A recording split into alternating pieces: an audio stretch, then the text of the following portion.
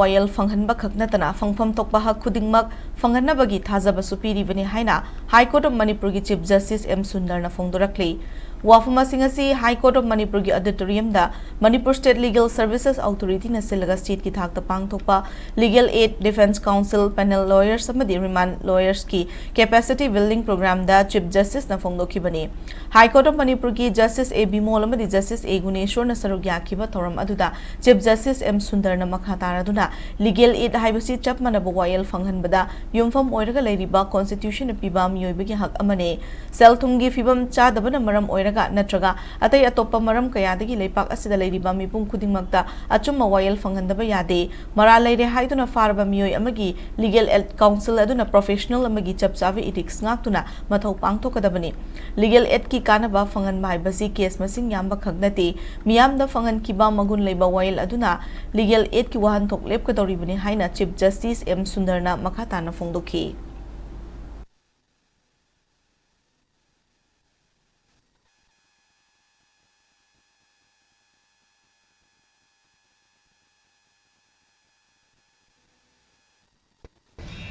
equally significant.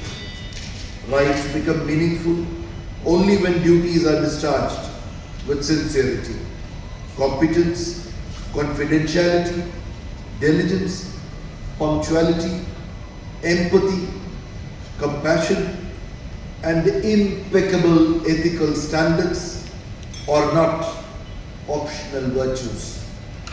They are indispensable professional obligations which are non-negotiable. Every remand hearing, every bail application, every consultation with an indigent client is an opportunity to reinforce public confidence in the justice delivery system. The predicament of the underprivileged litigant, economic and educational disadvantages.